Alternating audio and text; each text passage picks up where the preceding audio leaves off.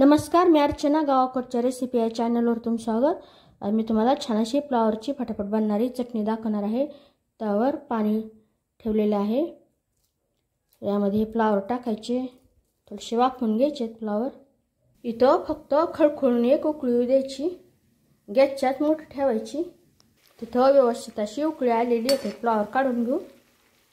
जेवढा फ्लावर घेतलेला तेवढाच कांदा घेतलेला बारीक कट करून। तर तेल न टाकता कांदा टाकायचा, लगेच फ्लावर टाकायचे। गॅसच्यात मोठी ठेवून कांद्याचा रंग बदलेपर्यंत, फ्लावरचा रंग बदलेपर्यंत आता हे परतून घ्यायचं। तेल नाही टाकायचं आता। इथं छान असा रंग बदललेला, गॅसच्याच कमी करायचा आता। या पद्धतीमुळे या चटणीला छान अशी चव येते। तेल टाकायचं आता। तेल टाकल्यानंतर छान असं परतून घ्यायचं। अगोदर थोडंसं वाफवून घेतल्यानंतर आणि परतून घेतल्यामुळे छान असं फ्लावर शिजलेलं आहे व्यवस्थित असं।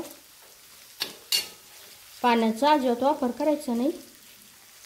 यावर आता भरपूर कोथिंबीर टाकल्यानंतर व्यवस्थित असं मिक्स करून घ्यायचं। घरगुती मसाला, काळं तिखट, चवीनुसार मीठ।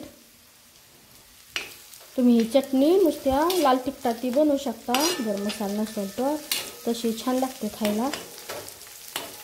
यामध्ये एखादा चमचा भाजलेला शेंगदाण्याचा कूट, जास्त नाही टाकायचा कूट, एकदम थोडासा टाकायचा।